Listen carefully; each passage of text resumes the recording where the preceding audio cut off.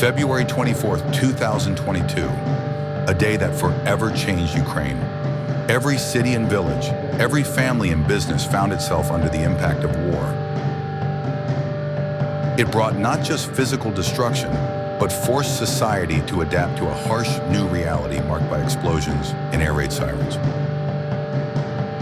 One of the most critically important sectors during the war became telecommunications infrastructure. Connectivity emerged as one of the most vital resources for effective military operations. It was essential for coordination between units, rapid transmission of commands and information, controlling drones, and providing aid in crisis situations. For civilians, communication became a lifeline. It allowed people to stay in touch with family, even if they remained in conflict zones or fled abroad. It facilitated remote work, online education, and access to reliable information amidst propaganda and chaos. Telecommunications workers, recognizing the significance of their mission, began operating under extremely dangerous conditions.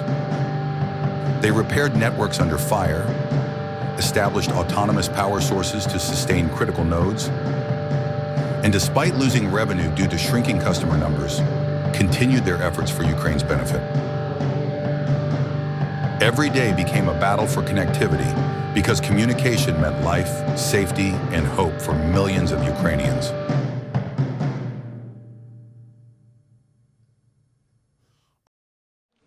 When you connect to the internet, your provider assigns you an IP address.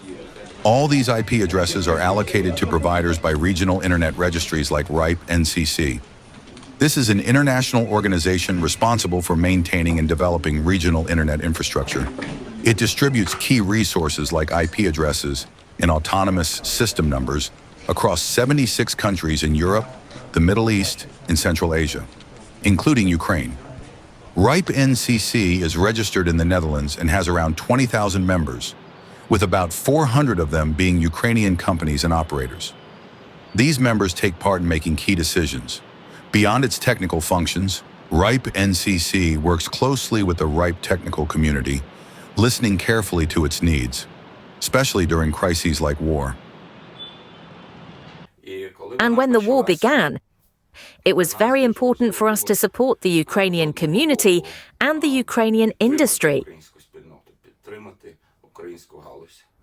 At the same time, we face certain limitations because we follow strict rules set and voted on by our members.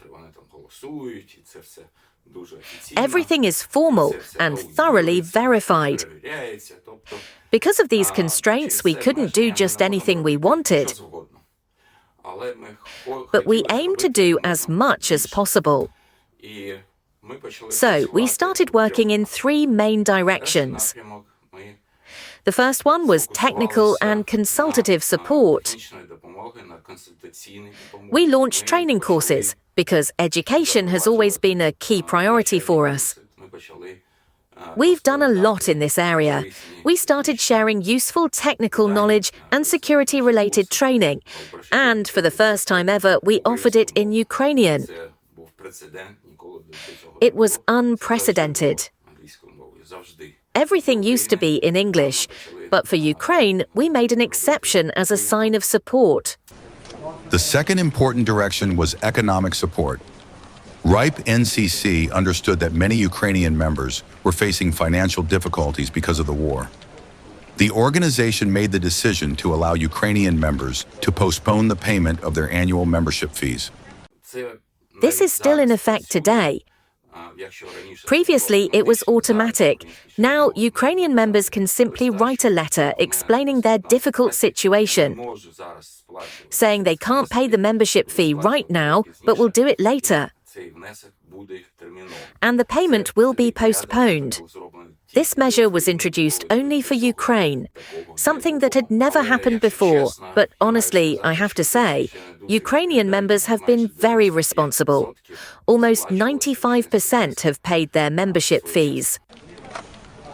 There were also issues caused by banking restrictions during the war, when large payments couldn't go through the banks.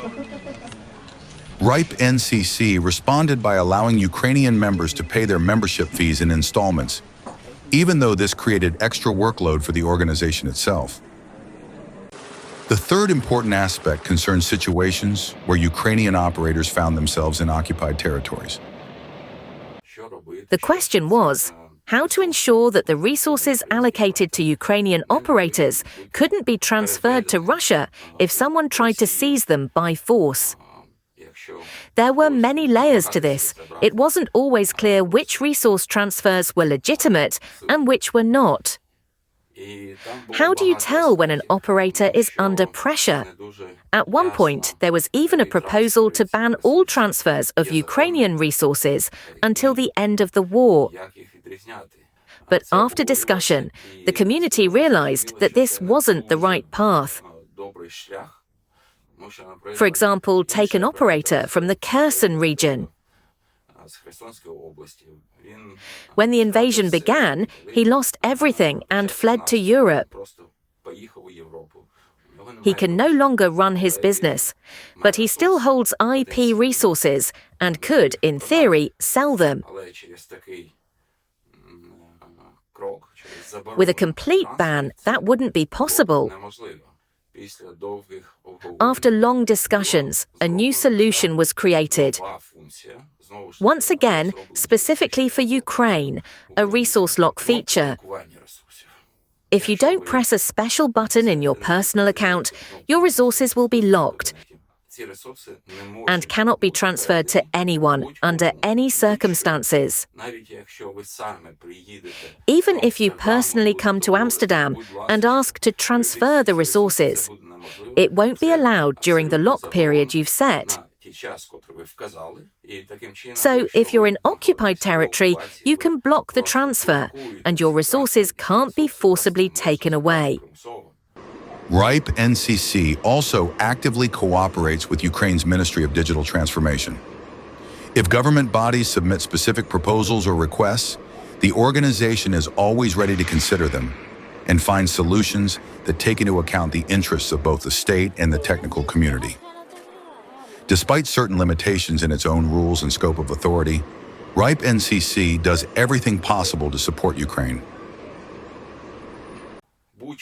Anyone can be part of the community, as long as they care about what's happening in our region. If you have any ideas or suggestions, share them. We will listen, and we will do our best to implement what's helpful for you and for the entire community.